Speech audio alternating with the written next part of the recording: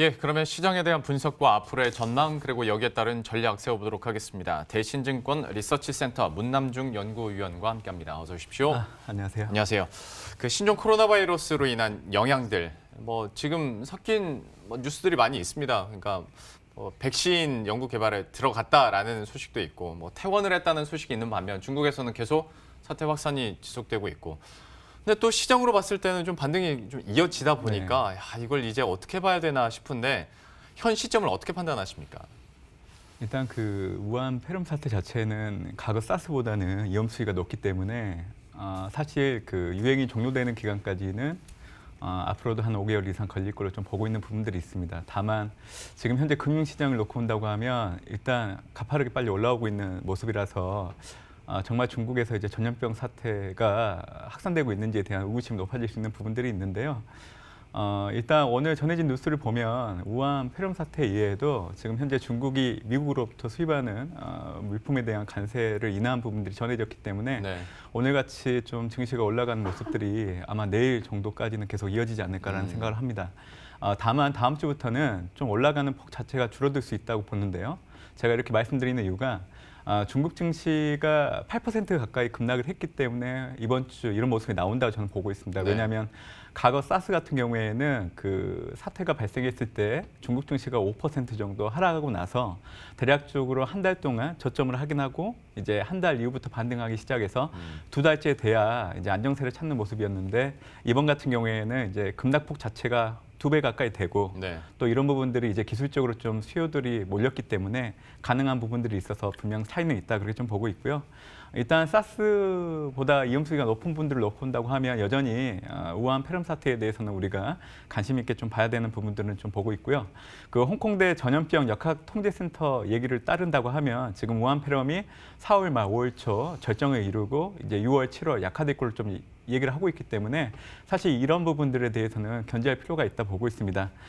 지금 보시는 화면에 제가 잠깐 말씀드렸던 과거 사스 기간 동안에 그 발생하고 나서 이제 세계 증시가 안정세를 보인 이제 월 단위로 해서 이제 나타낸 차트라고 보시면 될 것 같은데요. 일단 2003년 2월 11일 처음으로 이제 그 공식 확인이 됐고요. 그 이후 한 달이 지난 3월 13일 정도 돼서 사실 주가는 마이너스 5.2% 저점을 찍고 상승하는 모습이 나타나고 있는 상황입니다. 그리고 두 달째 되는 4월 17일 이후 이제 저점으로부터 한 11% 가까이 올랐기 때문에 이제 세계 증시가 안정됐다고 그렇게 얘기를 해드리고 있는데요. 사실 2003년도 같은 경우에는 그 사스 발생과 이 주가 흐름들이 사실은 이제 밀접도를 놓고 봤을 때 그렇게 확연하게 높진 않았습니다. 왜냐하면 그 차트를 보시면 6월 달 또 급락하는 모습들이 나옵니다. 세계 증시는 오히려 또 플러스 수익률을 나타내고 있기 때문에 그래서 이런 간염병 사태가 어떤 한 나라의 경제, 그 증시에 미치는 영향력은 국면에 따라서 좀 다를 수가 있다고 봐주시면 좋을 것 같습니다. 예. 자, 그러면 이 질문도 해봐야 될 것 같은데, 그러니까 감염병에 대한 확산 그리고 중국에서도 얘기를 해주셨지만 8% 급락을 하고 있다 보니까. 중국 정부나 인민은행에서 계속해서 좀 적극적인 부양책이 나오지 않을까라는 기대감도 시장에 분명히 있고 이것 때문에 오르는 측면도 있을 거라고 생각을 하는데 근데 또 반대로 생각했을 때 진짜로 중국 경제 성장률이 나오는 것처럼 한 1.2%포인트에서 2%포인트까지 떨어진다면 이것도 이거대로 또 충격이지 않을까 싶어서 좀 어디에 좀 더 비중을 두고 계세요? 지금 이제 어떤 경제 성장이란 부분하고 증시와의 어떤 관계를 놓고 본다고 하면 시차가 존재한다는 거를 좀 인식을 해주시면 좋을 것 같고요.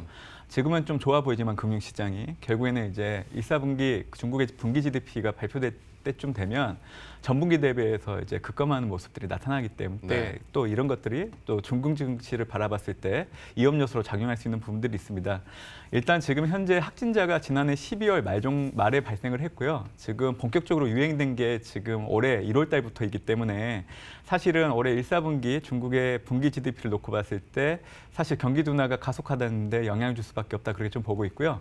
지난해 1, 4분기 분기 GDP 성장률이 6.4% 정도 전년 동기 대비 나오는 모습이었는데 아마 이번 1, 4분기는 4에서 5% 정도 나오지 않을까 그렇게 좀 보고 있습니다. 일단 과거 사스가 최초 공식 확인된 이후부터 유행이 종료된 기간 이 분기별 GDP 성장률 자체를 과거 사례를 놓고 본다고 해도 2003년도 당시 이제 사스가 처음으로 공식 확인된 게 사실은 이제 거의 2월 달부터였습니다. 그러다 보니까 그때 당시에는 1, 4분기 GDP가 거의 11.1% 가까이 나오면서 사실 사스가 그렇게 분기 성장률에 영향을 주진 않았습니다. 네. 그 이후인 2, 4분기 때부터 사스 영향이 본격적으로 영향을 미치기 시작을 했고요. 이제 화면에 보시면 아시겠지만 1, 4분기 이후인 2, 4분기 때 성장률 자체가 9.1%로 급감하는 모습들을 보실 수가 있습니다. 결국 과거 사스 사례를 통해서도 보실 수 있듯이 올해 1, 4분기 역시 동일하게 전분기 대비해서 성장률 자체가 일주될 수 있는 모습들이 나올 수 있기 때문에 결국 앞으로 중국의 경기 둔화 우려에 대한 목소리가 커질 수 있는 부분들은 있기 때문에 이 1, 4분기 성장률이 발표되는 시점을 염두에 두고 그때는 좀 약간 리스크 관리를 좀 해야 되는 부분들은 있다 그렇게 좀 보고 있습니다. 예. 그럼 이거 추가로 하나 여쭤볼게요. 만약에 진짜 한 4%대가 나왔을 때 평소라면 당연히 이게 충격인데 중국 경제가 쪼그라들 수 있다라는 것 때문에. 근데 이번 경우 같은 경우에는 줄어들어도 모두가 이거 신종 코로나 바이러스 때문에 이렇게 잠깐 주춤하는 거야라고 생각을 알고 있는 사실이잖아요. 네. 그러면 시장에서 어느 정도는 감내할 수 있지, 그러니까 이해를 할 수 있지 않을까라는 생각도 드는데 그럼에도 충격이 좀 클 거라고 보십니까? 사실 이제 그 우한 폐렴 사태가 향후 어떤 경로로 갖고 갈 건지에 대해서 저는 이제 3가지 정도로 좀 보고 있는데 지금 이제 앵커님이 얘기해 주신 거에 대한 결론부터 말씀을 드리면 결국에는 이 분기 성장률이 어떻게 나오냐에 따라서 올해 중국 정부가 목표로 하는 경제 성장률을 달성할 수 있는지 여부가 결정이 납니다. 지금 도래하는 3월 달에 이제 전인대를 통해서 올해 경제 성장률 목표치를 제시할 걸로 좀 보고 있는데 네. 대략적으로 6% 정도 좀 이제 제시하지 않을까 그렇게 예측을 하고 있는데요. 만약에 이제 지금 보시는 화면이 우한 폐렴 사태가 향후 진행되는 경로를 3가지로 좀 구분을 해놓은 건데 만약에 우한 폐렴 사태가 확산이 지속된다라고 하면 결국에는 이 각국이 그 공간적인 폐쇄 정책을 꺼내들 수밖에 없기 때문에 교육량은 위축이 되고 또 각국의 소비 감소는 불가피하기 때문에 중국 성장 둔화 속도가 빨라질 걸로 좀 보고 있습니다. 그래서 예. 화면에 보시는 것처럼 중국의 분기 경제 성장률 자체가 2분기 연속 감소하는 흐름으로 가게 된다고 하면 결국 중국 정부가 올해 목표로 하는 성장률 자체를 달성하기 어렵다 이렇게 좀 봐주시면 될 것 같고요. 그렇게 된다고 하면 사실 올해 중국 증시가 상당히 하락 압력을 받을 가능성이 높아진다 봐주시면 될 것 같습니다. 두 번째 시나리오는 이제 확산이 진정되는 건데요. 사실 이제 제가 이 시나리오를 가장 유력하게 보고 있습니다. 결국 그 성장률 둔화가 1, 4분기로 제한되면서 중국이 올해 목표로 하는 성장률 달성이 가능할 걸로 좀 그렇게 보는 시나리오고요. 세 번째 시나리오인 그 사태가 이제 수축 국면에 진입하는 부분들. 사실 이거는 그 성장률에 미치는 영향이 제한될 걸로 좀 보고 있기 때문에 그렇게 크게 큰 영향은 없다. 그렇게 좀 보고 있습니다. 저는 이제 두 번째 시나리오에 가까운 각국의 정부 대응으로 폐렴 사태 확산 속도가 좀 전진적으로 둔화되고 또 사태를 바라보는 민감도가 낮아질 걸로 좀 보고 있기 때문에 금융시장은 변동성을 좀 줄이면서 선행해서 움직일 수 있다고 그렇게 좀 보고 있는 상황이기 때문에 두 번째 시나리오를 좀 유력하게 좀 봐주시면 좋겠다는 생각을 갖고 있습니다. 3월 이후에 중국 증시와 세계 증시의 어떤 상승 전환 국면에 대해서 가장 좀 비중을 높게 보고 있다라고까지 시나리오별로 또 정리를 해주셨어요. 신종 코로나 바이러스 관련해서는 이 정도로 마무리를 짓고 사실 이거 아니었으면 그 브렉시트 얘기도 방송에서 많이 했을 수 있었을 텐데 거의 신종 코로나 바이러스 뉴스 때문에 묻힌감이 좀 있어서 맞습니다. 예. 좀 어떻게 보고 계신지 네. 이 소식 모르시는 분들도 있지 않을까라는 생각이 들 정도로. 좀 우한 폐렴 사태 때문에 좀 네. 묻혀서 잘 인식을 못하시는 분들도 있는데요. 저는 이제 그 중국발 우한 폐렴 사태가 신흥국에서 나타나는 어떤 돌발 변수였다고 하면 그 선진국 내에서는 사실 브렉시트가 앞으로도 불확실성을 크게 할 가장 대표적인 변수이지 않을까 그런 생각을 해봅니다. 제가 그렇게 말씀드린 이유는 일단 그 2가지 측면에서 불확실성이 커질 수 있다 보고 있는데요. 먼저 일단 그 영국이 브렉시트를 했기 때문에 사실 영국 내에서 분리 독립을 추진하고 있는 국가가 있습니다. 스코틀랜드. 명분을 제시해준 부분들이 있기 때문에 내부 분열을 키울 수 있는 부분들이 있고요.